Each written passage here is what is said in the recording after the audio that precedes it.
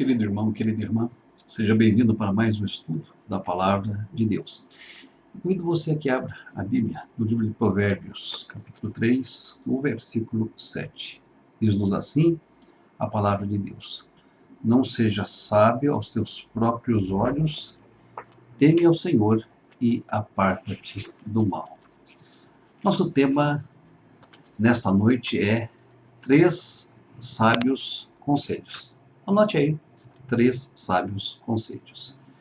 Meus queridos, nosso tempo é um tempo que as pessoas estão desorientadas e ansiosas para ter respostas em sua vida econômica, em sua vida social, em sua vida emocional, em sua vida intelectual e em sua vida espiritual.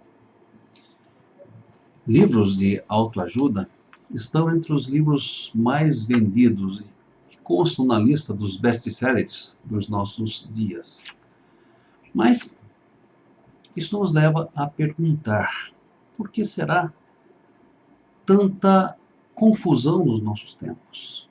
Por que será que há tantas pessoas perdidas em nossos tempos, considerando que nós temos tantos manuais, entre aspas, de sabedoria que circulam por aí?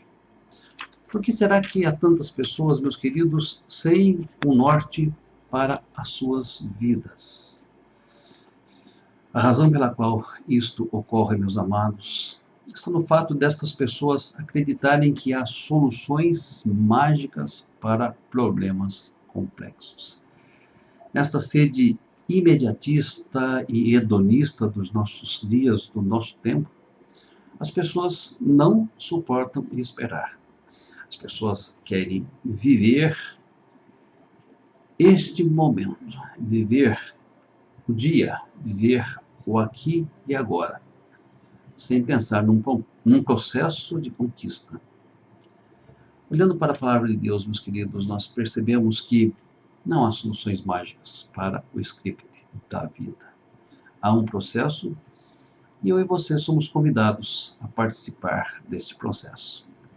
E nesse processo, este texto nos dá 3 sábios conselhos. E o primeiro deles é: não seja sábio aos teus próprios olhos.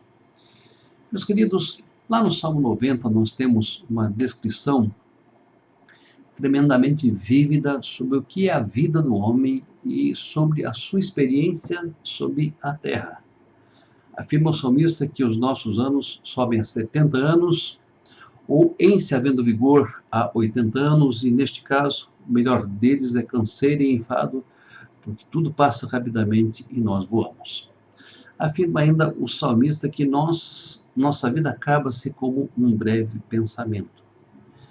Diz ele que nós somos como uma relva que floresce de madrugada viceja e floresce, à tarde murcha e seca. Salmo 90, versículos 4 a 10.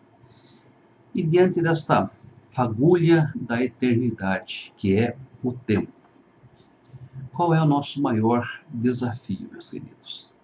E qual deve ser a nossa maior ambição? Nosso maior desafio e nossa maior ambição deve ser viver sabiamente a nossa vida. É exatamente por isso que neste mesmo salmo, o salmista, no versículo 12, faz uma oração a Deus dizendo: ensina-nos a contar os nossos dias para que alcancemos coração sábio. Meus queridos, somos informados lá em 2 Crônicas, capítulo 1, versículo 16, que houve um jovem que subiu ao trono. Ele tinha cerca de 17 ou 18 anos quando se tornou rei em todo o Israel. E Deus apareceu-lhe numa visão à noite e disse: peça-me o que quiseres que eu te darei. E ele então fez uma oração maravilhosa. Pediu a Deus que Deus lhe concedesse sabedoria e conhecimento para que ele soubesse se conduzir diante do povo de Deus. Pudesse se conduzir à testa do povo de Deus. 2 Crônicas 1, 10. E nos diz a Bíblia que Deus agradou-se do seu pedido. Deus atendeu o seu pedido.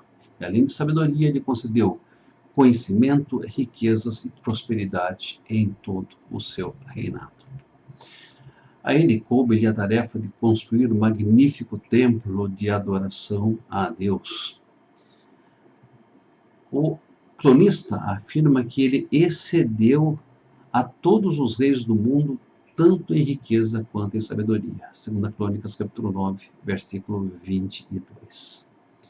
No entanto, ao ler em 1 Reis, no capítulo 11, somos informados que este Salomão, em sua velhice, por causa dos seus relacionamentos matrimoniais, ele passou a seguir outros deuses.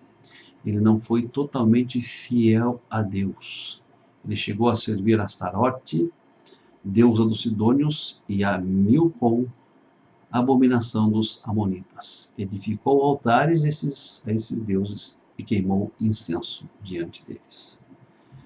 Meus queridos, por que esta nota tão desafinada na bela harmonia que se constitui a vida de Salomão? Por quê? Porque Salomão, em determinado momento, foi sábio aos seus próprios olhos. Meus queridos, isso nos leva a algumas considerações e algumas lições nesse nosso primeiro ponto. Não seja sábio aos teus próprios olhos. Primeira lição, anote aí. Nossa maior ambição, nosso maior desejo no cumprimento da nossa missão e do propósito de Deus para a nossa vida aqui sob a face da terra deve ser ter sabedoria suficiente para aprender a contar os nossos dias. Segunda lição, a sabedoria, meus queridos, é um dom divino. Se eu e vocês necessitamos de sabedoria, devemos pedir a Deus que a todos dá, liberalmente, como ele afirma em sua palavra. A terceira lição, nunca seremos totalmente sábios, a tal ponto de não precisarmos aprender alguma coisa a mais. E por fim, quarta lição, nossa sabedoria está em permanecer fiéis e obedientes à palavra do nosso Deus. Segundo ponto deste nosso estudo nesta noite, tema ao Senhor. Começamos esta série de 3 mensagens tendo como pano de fundo a vida de Sansão. Conforme nós estudamos, ele foi chamado por Deus e escolhido por Deus para ser um libertador em Israel desde o ventre materno. Mas para que isso acontecesse, tanto ele quanto sua mãe deveriam tomar alguns cuidados. Não deveriam beber bebida forte, não deveriam tocar ou comer coisas imundas. E no caso de Sansão, ele não deveria passar navalha sobre a sua cabeça.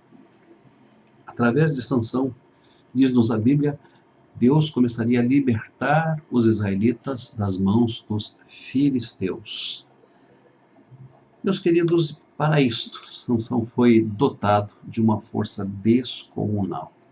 E se eu e vocês analisarmos a trajetória de Sansão, nós vamos perceber que ele enfrentou tremendos desafios e que Sansão jamais temeu a ninguém e a coisa alguma. Em virtude da sua força descomunal e incomparável, ele não temeu nada jamais. Enfrentou, lutou e derrotou os seus inimigos. Mas, infelizmente, ele também não temeu a quem ele deveria temer, ao Senhor. E esta foi a causa, meus queridos, da sua ruína. Em determinado momento, ele se achou autossuficiente, sem atentar que a sua sabedoria e a sua força vinha do Senhor. Quando as Escrituras, meus queridos, recomendam que nós temamos a Deus, elas não querem dizer que eu e vocês, nós devemos ter medo de Deus. Porque, apesar de ser Deus glorioso, majestoso, tremendo, apesar de Deus ser todo-poderoso, não devemos ter uma relação de medo com Ele. Isto porque esse mesmo Deus, totalmente transcendente, é um Deus que escolheu se relacionar com os homens. É um Deus que escolheu ter comunhão com os homens. E é um Deus que convida os homens a desfrutarem da intimidade com Ele. Mas este Deus nos convida a respeitar, reverenciar e considerar a sua verdade em todos os momentos da nossa existência, em todas as nossas decisões. E isto, meus amados, é temer ao Senhor. Porque Adão e Eva não deveriam pecar, se tinham possibilidade de fazê-lo ali no Jardim do Éden, porque Jacó não deveria enganar o seu pai para receber dele a bênção, se o seu pai estava cego e não poderia ver? Porque Sansão não deveria ter se aproximado de coisas imundas, tomado bebida forte e se casado com mulheres filisteias? Porque Salomão, em sua velhice, não deveria ter se tornado idólatra? Porque todos eles, em todos os momentos, deveriam temer ao Senhor. O temor de Deus nos afasta de escolhas erradas. O temor de Deus nos afasta do pecado. O temor de Deus nos afasta da transgressão. Essas lições desse segundo ponto, meus queridos. Primeira lição: viva intensamente o seu propósito aqui na terra, servindo a Deus, conforme os dons que Deus lhe concedeu. Segundo, desfrute desse relacionamento filial, de comunhão e de intimidade com esse Deus todo-poderoso, majestoso, glorioso e santo. Terceira lição: tema ao Senhor. Reverencie ao Senhor, respeite ao Senhor, considere o Senhor e a sua palavra em todas as suas decisões. Terceira lição, meus amados, deste ponto, terceiro conselho: aparte-se do mal. Onde está o mal para que nós possamos nos apartar dele? A resposta a essa pergunta não é tão simples. Podemos afirmar que, em algumas circunstâncias, o mal está fora de nós mesmos. No Jardim do Éden, por exemplo, havia uma localização específica para a árvore do conhecimento do bem e do mal. Na casa de Potifar, a tentação de José, o mal estava numa mulher que dia após dia desejava deitar-se com ele. Talvez eu e você saibamos quais são os nossos pontos fracos. Talvez eu e você saibamos quais são as nossas vulnerabilidades e em que nós somos tentados. Neste caso, a pergunta é: eu e vocês estamos nos apartando do mal? A quantos passos estava Eva da árvore do conhecimento do bem e do mal, lá no Jardim do Éden, quando foi tentada? A que distância estava José, quando a esposa de Potifar o agarrou, forçando-o a fugir sem roupa, a fugir desnudo? Meus queridos, certamente, ambos estavam próximos do mal. Mas talvez eu e vocês possamos imaginar bem, afastado das circunstâncias que podem nos fazer a pecar, nós estamos imunes ao pecado. Mas é um grande engano, conforme a palavra de Deus, pois Tiago afirma o seguinte, Tiago capítulo 1, versículos 14 e 15. Cada um é tentado pela sua própria cobiça, quando esta o seduz e o atrai. Então a cobiça, depois de haver concebido, dá à luz o pecado, e o pecado, uma vez consumado, gera a morte. Davi, meus queridos, não estava perto de Betseba, quando nos átrios do palácio ele a viu distante, tomando banho nua. Ele conhecia as balizas morais que deveriam orientá-lo como um servo de Deus, que deveriam orientá-lo como um rei em Israel. No entanto, ele se deixou levar pela sua cobiça, mandou chamá-la, deitou-se com ela, adulterou com ela. Apartar-se do mal, portanto, inclui fazer morrer a nossa natureza terrena. Inclui não satisfazer aos desejos da carne. Gálatas capítulo 5, versículo 16. Inclui sermos cheios do Espírito Santo.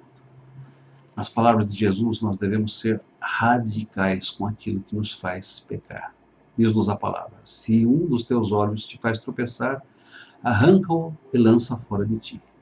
Melhor é entrares na vida com um só dos teus olhos do que, tendo dois, seres lançados no fogo do inferno.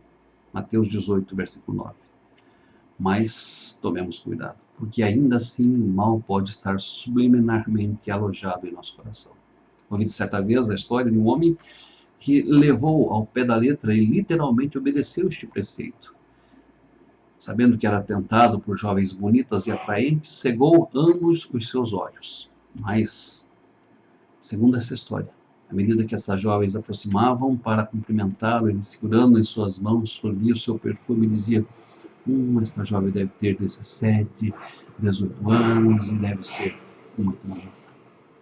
Às vezes, o pecado em nosso coração nos faz pecar, ainda que nós arranquemos os nossos olhos. O apóstolo Paulo afirma com clareza que a carne milita contra o Espírito e o Espírito Santo milita contra a carne, para que não façamos aquilo que, porventura, prestem bem atenção, seja do nosso querer. Vai ser fundamental, portanto, andarmos no Espírito e sermos cheios do Espírito. Quais as lições desse terceiro ponto? Primeiro, queridos, devemos nos afastar de ambientes tóxicos, devemos nos afastar de circunstâncias que podem nos fazer pecar. Devemos nos afastar do mal em nossa vida. Segunda lição, devemos tomar cuidado com o mal que sorrateiramente quer se expressar em nossa velha natureza. Observe que Sansão se tornou idólatra, infelizmente, em sua velhice. Terceira lição, precisamos em todo o tempo e durante o tempo todo buscar a plenitude do Espírito Santo e ser cheios do Espírito Santo, porque assim jamais satisfaremos as concupiscências da carne. Deus nos abençoe e que esses três conselhos façam a diferença em nossas vidas. Em nome de Jesus. Amém.